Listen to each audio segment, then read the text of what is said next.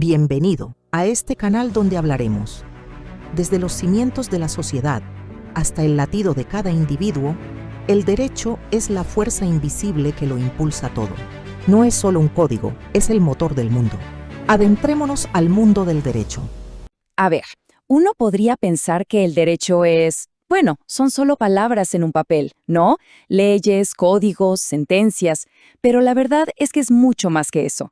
Es todo un universo de interpretación, un campo donde los significados se debaten y donde buscamos no solo entender un texto, sino validar ese conocimiento para que de verdad se convierta en justicia.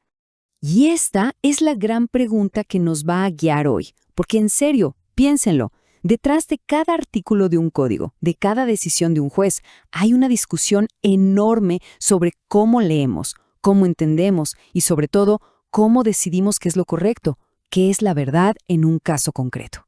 Bueno, empecemos por el principio. Para poder meternos en este mundo tan complejo, necesitamos una herramienta, una especie de llave maestra. Y esa llave se llama hermenéutica. En esencia, y para que quede súper claro, la hermenéutica es la disciplina de la interpretación. Pero ojo, no se trata solo de leer por encima. Se trata de descifrar, de ser casi como un detective de las palabras para ir más allá de la superficie y descubrir la intención, el sentido más profundo que hay detrás. Y esto no es para nada algo nuevo, ¿eh? La hermenéutica nació hace siglos por la necesidad de entender los textos que eran, fundamentales para la humanidad. Desde las escrituras religiosas, donde cada palabra importaba, hasta los primeros códigos legales de la antigüedad. Y de ahí, su campo de juego se fue ampliando hasta abarcar cualquier tipo de comunicación humana. Ahora, aquí viene una de las ideas más interesantes de la hermenéutica. Es un concepto clave que se conoce como el círculo hermenéutico. Suena un poco enredado, pero la idea es en realidad bastante sencilla y, la verdad, muy poderosa. Pensemos en algo que todos hemos hecho, leer una novela. Lees el primer capítulo, una parte, y te haces una idea general de qué va la historia, ¿cierto? Bueno, esa idea del todo ahora cambia la forma en que lees el segundo capítulo, y lo que aprendes en el segundo capítulo refina tu idea general de la novela. Es un constante ir y venir entre las partes y el todo, y en cada vuelta nuestra comprensión se hace más profunda, más rica. Y bueno, el filósofo Martin Heidegger le dio una vuelta de tuerca más. Para él, antes de siquiera poder empezar a interpretar algo, ya tenemos que tener una comprensión previa del mundo. Él la llamaba intelección. O sea, no llegamos en blanco. Por ejemplo, para interpretar una ley sobre contratos, ya llegamos con una idea de lo que significa prometer, cumplir, acordar. Ese entendimiento que ya traemos es la base sobre la que construimos cualquier interpretación nueva. Ok, hasta aquí todo bien. Ya sabemos cómo interpretar. Pero esto nos abre una puerta a una pregunta todavía más grande. ¿Cómo sabemos que nuestra interpretación es la buena o que es válida?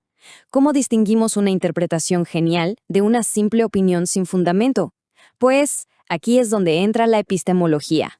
Fíjense en la relación. Es súper clara. Si la hermenéutica es el motor que nos ayuda a encontrar el significado, la epistemología es como la brújula, la que nos dice si vamos en la dirección correcta, si estamos llegando a un conocimiento que sea realmente legítimo.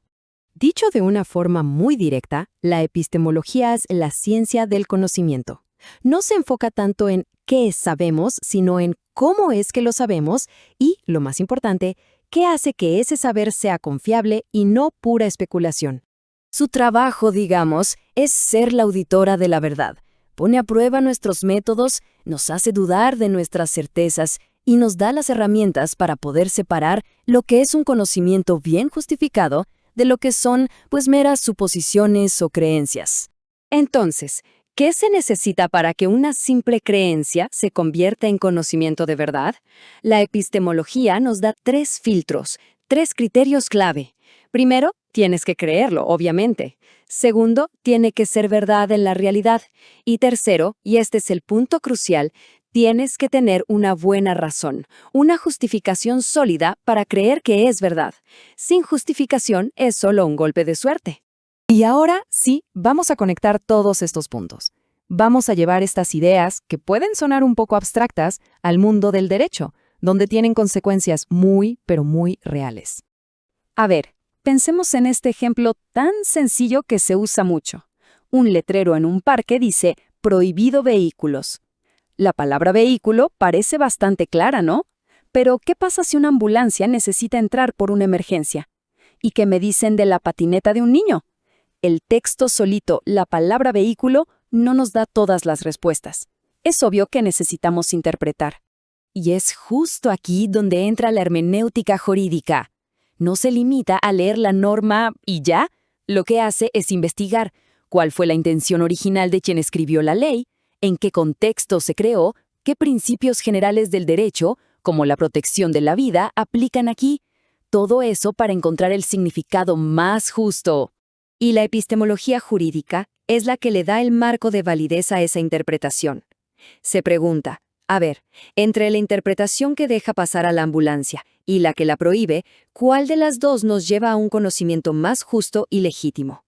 Nos obliga a justificar por qué una interpretación es mejor, más razonable que la otra. Hay un concepto que me parece fascinante y que une estas dos ideas a la perfección. Es el llamado uso alternativo del derecho, una corriente de pensamiento que surgió en Europa allá por los años 60 y 70. Esta corriente propone algo que en su momento fue radical, que la interpretación de la ley nunca es neutral. Y ya que no es neutral, sostienen que la hermenéutica debe usarse de forma activa, como una herramienta para el cambio social, para interpretar las leyes de manera que protejan a los más vulnerables. En pocas palabras, no se trata solo de preguntarse qué dice la ley, sino también para qué sirve la ley y a quién beneficia. Es un ejemplo perfecto de cómo la interpretación, la hermenéutica, se guía por un compromiso claro con la justicia, que es un marco epistemológico. Y todo esto nos deja con una pregunta final, que es enorme.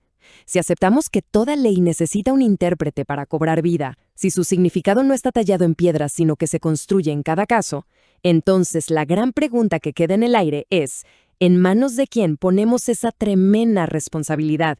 ¿Y con qué criterios debe ejercer ese poder? Porque la respuesta a eso, al final del día, es lo que define qué entendemos por justicia.